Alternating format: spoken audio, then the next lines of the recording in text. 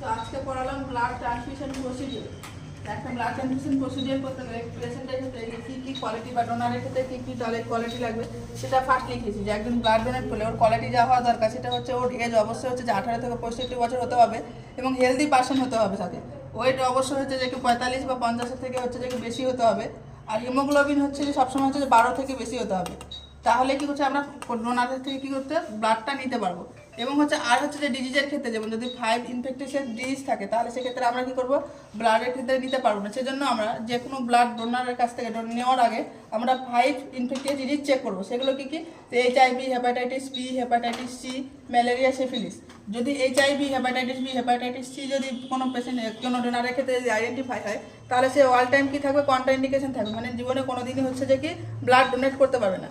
But যদি কোনো পেশেন্টের ক্ষেত্রে দেখা যায় যে কোনো ডোনারের ক্ষেত্রে দেখা যায় যে ম্যালেরিয়া বা সিফিলিস হয়েছে তাহলে তাদের ক্ষেত্রে কী হবে যে 5 বছরের মধ্যেও মধ্যে কোনো ব্লাড দিতে পারবে না। ওরা হচ্ছে যে 5 বছরের পর্যন্ত কি থাকবে যে কন্ট্রাইন্ডিকেশন থাকবে। তো এগুলো হচ্ছে যে কোয়ালিটি অফ ডোনার গেল। দেন হচ্ছে আর্টিকেলস। আমরা একটা ব্লাড ট্রান্সফিউশন করলে কী কী আর্টিকেলস লাগবে, তো আইভি ক্যানোলাসের সময় যা আর্টিকেল লাগে সব লাগবে। তার সাথে কী হচ্ছে যে আমাদেরকে ওখানে যেমন আইভি সেট লাগছে এখানে হচ্ছে বিটি সেট লাগছে। বিটি সেটে কী থাকছে, আইভি সেট আর বিটি সেটের মধ্যে একটা ডিফারেন্স থাকে, যেটা হচ্ছে বিটি সেটের ক্ষেত্রে ইনলাইন ফিল্টার থাকে, যেটা কী করে যে প্রিভেন্ট করে যে বাইরে থেকে কোনো ফরেন বডি আসলে সেটাকে হচ্ছে যে প্রিভেন্ট করে। আর একটা যেটা হচ্ছে বিটি সেট কী করতে হবে, এভরি ইউনিটে যতটা ইউনিট হচ্ছে ব্লাড দেবো প্রত্যেক ইউনিটে কী করতে হবে চেঞ্জ করতে হবে। এখানে যেটা ইউজ করা হয় সেটা হচ্ছে যে ম্যাক্রো ড্রিপ ইউজ করা হয়। এখানে 1 ml এর মধ্যে হচ্ছে কী হচ্ছে যে 10 থেকে হচ্ছে 20 ড্রপ হচ্ছে পার ml হচ্ছে কী হচ্ছে যে ড্রপ ফ্যাক্টর হচ্ছে। দেন হচ্ছে ইনলাইন ফিল্টার। ইনলাইন ফিল্টারটা কী করছে, যেখানে একটা চেম্বার থাকে যেটা কী করছে আমরা মার্ফি চেম্বারের নামে হচ্ছে জানি। এবার হচ্ছে যখন ব্লাড ট্রান্সফিউশন করবো সেখানে কত নাম্বার ক্যানুলা লাগবে, সেখানে হচ্ছে আইভি ক্যানুলা যেটা থাকে সেটা হচ্ছে 18 গেজে থাকে, যেটা গ্রিন কালারে থাকে। তারপরে হচ্ছে বিটি স্ট্যান্ডার্ড হাইট, যে ব্লাড ট্রান্সফিউশন করবো সেখানে হচ্ছে যে বিটি স্ট্যান্ড থাকে সেখানে হাইটটা অবশ্যই হচ্ছে যে 18 থেকে 24 ইঞ্চের রাখতে হবে। স্পিড আমরা নিব, স্পিডটা কেন নেবো, যখন হচ্ছে ক্যানুলা করবো তখন তার আগে কী করতে হবে যে আমাদেরকে কী স্পিড দিয়ে হচ্ছে ক্লিন করতে হবে, যে to clean site before the cannulation. তারপরে কী করছি আমরা নর্মাল স্লাইনটা কেন নিচ্ছি, নর্মাল স্লাইন দিয়ে কী করছি আমরা যে টু কিপ হচ্ছে যে আইভি লাইন ওপেন, যে আইভি লাইনটা থাকছে সেটাকে ওপেন করার জন্য আমরা কী করছি যে নর্মাল স্লাইন নিচ্ছি। এবং এখানে লিখে যে সাইড আমরা কাদের ক্ষেত্রে কোন সাইড চুজ করবো, যেমন অ্যাডাল্টের ক্ষেত্রে আমরা হচ্ছে ফোর আর্ম নেবো, নিউটারের ক্ষেত্রে আমেরিকান ভেইন এবং হচ্ছে ইনফ্যান্টের ক্ষেত্রে স্কাল ভেইন আমরা কী করবো যে আমরা নেবো। দেন হচ্ছে যে স্টেপ, যে আমরা ব্লাড ট্রান্সফিউশন করবো এটা কীভাবে স্টেপ ওয়াইজ যাবে। ফার্স্ট হচ্ছে যে কি কোনো পেশেন্টের কাছ থেকে যদি আগে আইডেন্টিফাই হয় যে পেশেন্টের হচ্ছে যে এইচবি লেভেল কম আছে তাহলে সেটা আইডেন্টিফাই করার পর ডক্টর সেন্ড করবে ডিমান্ড, কোথায় ব্লাড ব্যাঙ্কে সেন্ড করবে।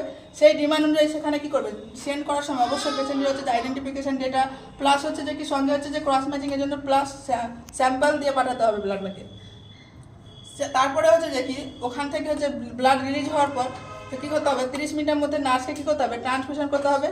এবং হচ্ছে সেটা কী করবে তার আগে হচ্ছে অবশ্যই জেনে কী করতে হবে হচ্ছে যে কি রেজিস্টার নার্সকে কী করতে হবে ব্লাড এবং ব্লাড প্যাকেটের চেক করতে হবে। চেকের মধ্যে কী কী চেক করবে সেখানে হচ্ছে যে আইডেন্টিফিকেশন ডেটা যা আছে ডিটেলস চেক করবে, blood grouping, expiry date, collection date সব কী করতে হবে যে চেক করতে হবে, টিউব নাম্বার। দেন হচ্ছে যে পেশেন্টের কী করতে হবে যে দেওয়ার আগের মুহূর্তে পেশেন্টের কী করতে হবে before hang the blood of IV standard nurse check করবে, ভাইটাল সাইন চেক করবে। ভাইটাল সাইন্সের মধ্যে কী কী চেক করবে পেশেন্টের যে অবশ্যই হচ্ছে যে নেম, এজ, রেজিস্ট্রেশন নাম্বার সব করবে, আইডেন্টিফিকেশন চেক করছে। দেন হচ্ছে ভাইটাল সাইন্সের মধ্যে হচ্ছে temperature, pulse, respiration, BP, SPT হচ্ছে যে চেক করতে হবে। তারপরে কী করবে যে আফটার হচ্ছে যে দেখা গেলো কোনো পেশেন্টের ক্ষেত্রে কোনো প্রবলেমের জন্য কী হচ্ছে যে after delay hand off blood on IV standard, যে কোনো একটু সময় লাগবে চালাতে, সেক্ষেত্রে কী করতে হবে উইথ ডকুমেন্ট ব্লাড ব্যাঙ্কে আবার কী করতে হবে ব্লাডটা সেন্ড করে দিতে হবে। কারণ জন্য নর্মাল যেরকম টেম্পারেচার 1 to 6 ডিগ্রি সেলসিয়াস এরকম রাখে সেই টেম্পারেচার থাকে।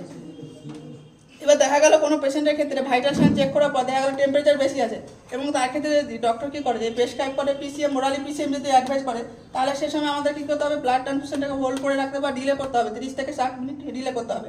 আর যদি সেক্ষেত্রে যদি আইভিএফ মানে হচ্ছে যে ইন্টারভিনাস যদি পিসিএম দিই তাহলে সেক্ষেত্রে আমরা কী করবো বিটিটা হচ্ছে হোল্ড করে রাখবো 5 থেকে 7 মিনিট হোল্ড করে রাখতে হবে।